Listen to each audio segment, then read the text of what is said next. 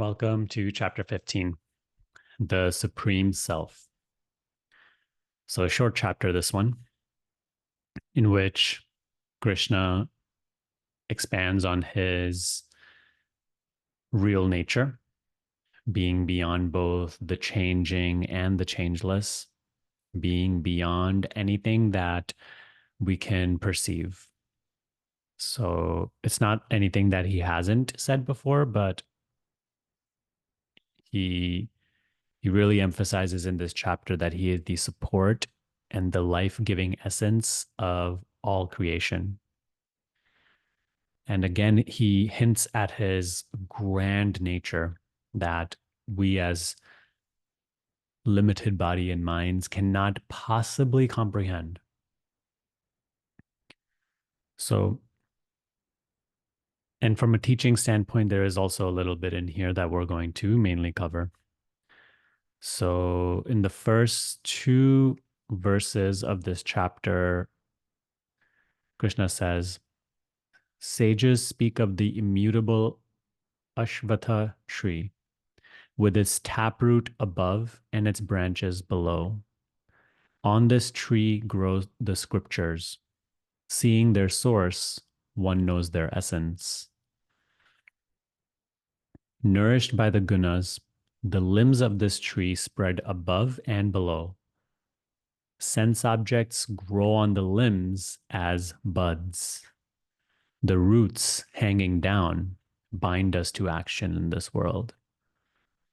So the tree is sort of like an analogy for, I don't know, just maybe creation or this entire appearance of experience. It's not really ultimately that important, but the next verse is the important one. The true form of this tree, its essence, beginning and end, is not perceived on this earth. Cut down this strong-rooted tree with the sharp axe of detachment. Then find the path which does not come back again. Seek that the first cause from which the universe came long ago. So for these first few verses, I just took it as like we are in this experience having no idea from where it arose, what is its source, what I really am. Krishna says, the true form of this tree of appearance is not perceived on this earth in this experience. So cut through this strong rooted tree with detachment. Detachment is our axe through which we cut down our own bondage. It's funny, a very similar teaching also is there in the Ashtavakra Gita, where they say acts of detachment, free yourself through detachment. And it is a theme that we constantly cover here as well, right? In the school, that like you can't really go deeper into meditation while being so attached to me and my life, because that significance that you give to this idea, me and my life, is what keeps you in like totally lost and immersed in concepts, in the future, in desire. Only by learning to make self-realization your highest goal and becoming non-attached from the changing fortunes of life, from personal gain, selfish gain, can we really see things clearly as they are. So here, see in the Gita how this theme literally arises every single chapter. Take that to heart. Don't keep hearing this message and keep ignoring it.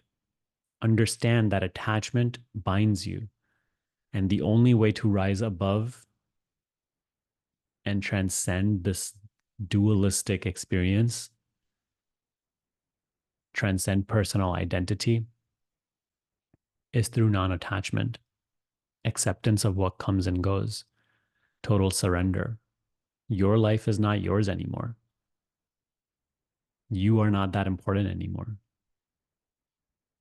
You are not what you think you are anymore. Let go of the smaller to gain the greater.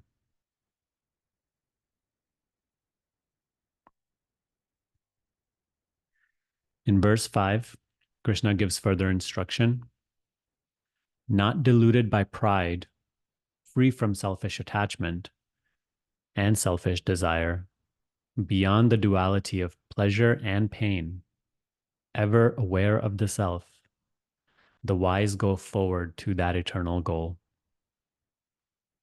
In just this small sentence, he really just shared the entirety of spiritual practice, the path of Dharma. Don't be deluded by pride, be free from selfish attachment, be free from selfish desire, be alike in both pleasure and pain, and be ever aware of yourself, right? Meditate on the self within. And doing so, the wise go forward to that eternal goal, knowing their real nature.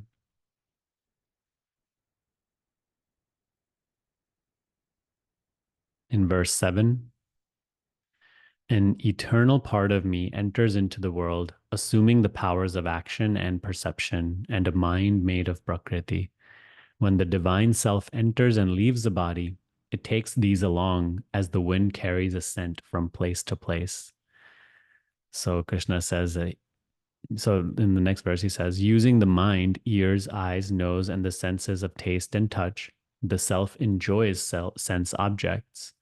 So it is, the inner self of all beings is Krishna. The same self resides within everybody. And through the mechanisms, the instruments of the senses and the mind, it experiences diversity, duality, its own infinite being appearing as many things. And the Supreme Self is the life giving essence, which makes all apparent things appear to be real and true and alive.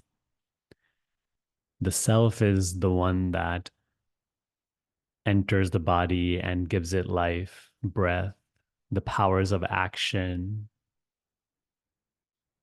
And when the self leaves the body, it takes all these things along with it, right?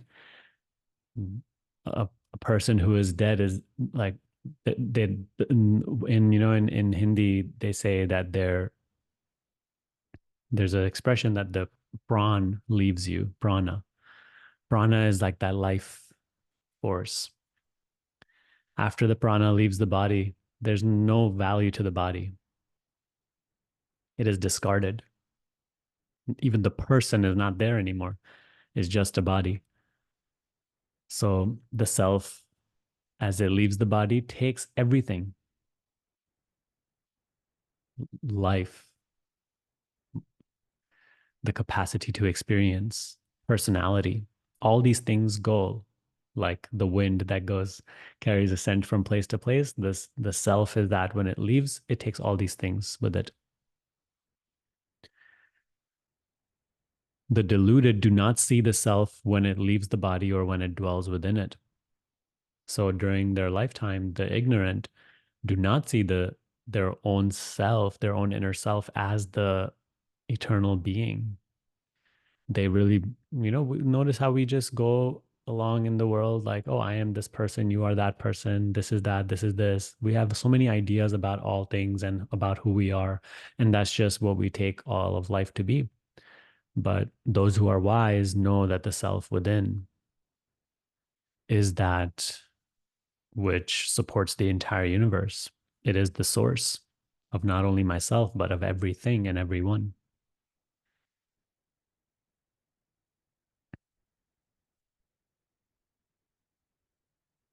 So in verse 11, those who strive resolutely on the path of yoga see the self within.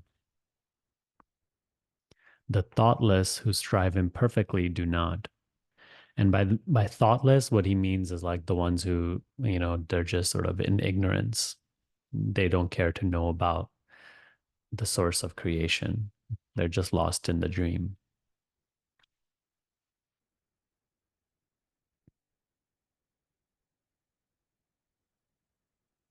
So in verse 13, Krishna says, with a drop of my energy, I enter the earth and support all creatures. In verse 14, I enter breathing creatures and dwell within them as a life giving breath. I am the fire in the stomach which digests all food.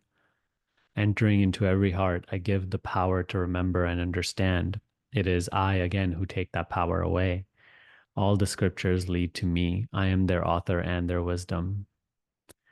In this world, there are two orders of being, the perishable, separate creature, and the changeless spirit, right? The changing and the changeless, or the changeful and the changeless.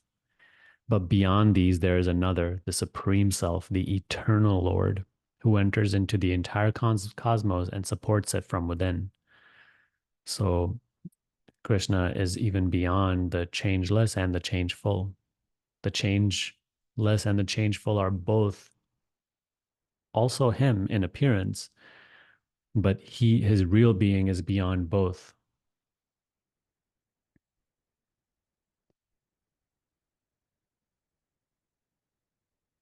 All scriptures lead to me. I am their author and their wisdom. In verse 18, I am that supreme self, praised by the scriptures as beyond the changing and the changeless. Those who see in me that supreme self see truly. They have found the source of all wisdom, Arjuna, and they worship me with all their heart. I have shared this profound truth with you. Those who understand it will attain wisdom. They will have done that which has to be done. So, short chapter. Within it lies some information about Krishna's real nature and also some instruction for how to dissolve ignorance and realize his real nature and therefore your real nature also. So let's cover today's points.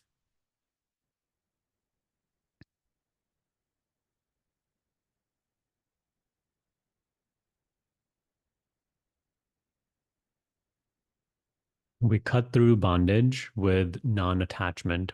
So as you move through life, be free from pride, selfish attachment, beyond the duality of pleasure and pain, ever aware of the self within you.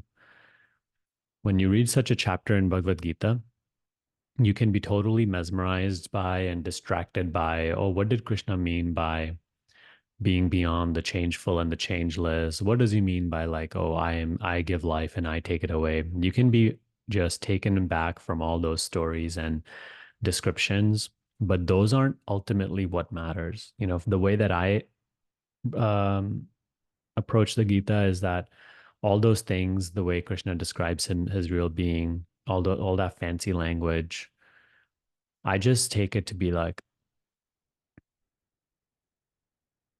the real self, truth, reality.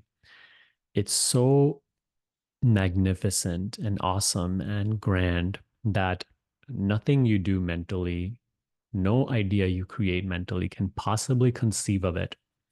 So when he describes all those things, I don't try to literally figure them out or understand them or create more ideas about them in the mind. It's just so useless. I simply just take it that, like, hey, our real nature is absolutely incomprehensibly amazing. And, like, you know, even when you just look at the world, it is so infinitely great. But even this infinite creativity and greatness, I feel, is nothing when we compare it to its source. How amazing can must its source be if its creation is this? So, or you could also see that, like, the greatness that you see and experience, the infinite diversity and abundance and ever expanding and no boundary, it is an expression of that, of its source. So It's not for you to like comprehend. It's just for you to be in awe of, and knowing that to be your own source, and knowing that to be what you are trying to realize truly as your own self. That's enough. And so no more contemplation needs to be done on that. We simply need to be as the wise are, as Krishna is describing and telling us about. So he says, cut through the bondage with non attachment. What keeps us small is, all these things that Krishna describes all the time: selfish desire, harming others, being just totally mindless and lost in the dream, chasing the next experience, the next achievement, trying to do this or that, just totally lost in the world. So to cut through that bondage, act in the world with non-attachment. As you move through life, be free from pride, selfish attachment, go beyond the duality of pleasure and pain, right? Be alike in both fortune and good fortune, and ever aware of the self within you. What is meditation? Being ever aware of the self within us. Rather than lost in ideas about what I am and what life is, we are ever aware of the self within us. Make your life entirely about moving forward to the eternal goal. Okay. And if you're really on this path, and I feel like if you're watching this video, then this already is the case for you. It shouldn't be ultimately something that, is difficult. A lot of us here in the school and on this path have already transcended like the early stages of spiritual development where there's such a deep attachment to the world. If that's not you, that's okay. But mature through the practice. No other way. Don't hope for it. Just practice and maturity comes. So Krishna is the entire support of the creation. He's the inner self of all beings. He is the ultimate experiencer. It's almost like he is behind all of this and all things and all beings. As you live this life, know him to be the only real self. Don't take yourself to be just the body and mind. You are not the role that you are playing in creation. You are that which is true and real. So Krishna is the supreme self, supreme being beyond the changing and the changeless. He is the unmanifest source. And it is your source. It is the source of all creation. By pursuing the truth, by pursuing your own self, by pursuing that which is real, you are pursuing him. Beautiful. Hope you enjoyed that chapter. Let me know what you thought about it below. Enjoy your day.